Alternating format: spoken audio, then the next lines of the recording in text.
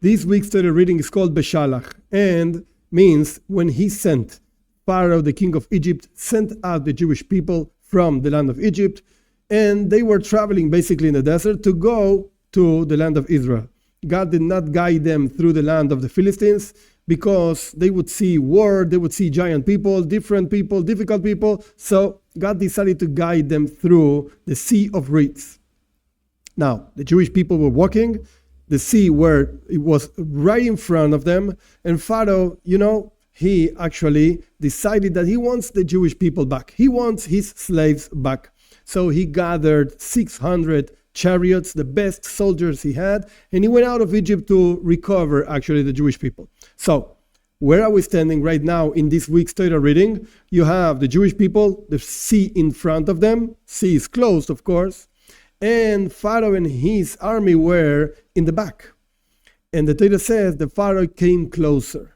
And the Jewish people were so nervous, he was really getting close. Not too many options. Either you fall into the sea, you fight, but you don't know how to fight really, even though they had actually arms. They had weapons, but they didn't know. They were not a fighting people. They were like pastors.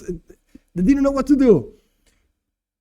God opened the Sea of Reeds and they went in. Okay, the whole story, you can read it in the text. However, the word that the Torah uses to say that Pharaoh, he came closer, it's like a special word that can actually be translated in two ways. In Hebrew, it says, Pharaoh hikriv. Pharaoh, the king of Egypt, hikriv. What does it mean, hikriv? Again, two ways of translating this word. First way is, he came closer. He himself came closer to the Jewish people. And again, they got nervous, they cried out to God, etc. The second way of translating this is that he made somebody else closer. Hikriv means not that he came closer. He made somebody else be closer. Closer to what? The Torah doesn't say. So our sages received as a tradition in the oral Torah that came from God to Moses in Mount Sinai, etc., the explanations of the written Torah, like the background, what's really going on besides just the letters you read. The Torah says that the Pharaoh, by getting closer himself to the Jewish people, he made the Jewish people become closer to God.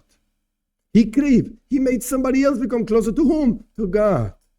Because the Jewish people, we see in the text, they cried out to God, what can we do now? And God ended up saying, you shut up, I'll fight for you, you just walk. Okay? And the sea actually opened, etc. You can read the whole story. What can we learn from this one word that could be translated in two ways? A simple way, Pharaoh himself got closer, or a deeper way, that Pharaoh made the Jewish people closer to God. In life, we find all kinds of difficulties, all kinds of challenges of different types, all of them represented by Pharaoh, the king of Egypt. And you can imagine, we're not just talking about regular, difficult things in life. Pharaoh actually killed Jewish children. He bathed himself in the blood of Jewish children. He killed so many Jews. And he really made things difficult for the Jews. And this guy, these difficulties actually, what are they for? Why is God sending us so many difficulties and so many terrible difficulties in quantity and in quality? Why? Because the purpose of those challenges is that we get closer to God.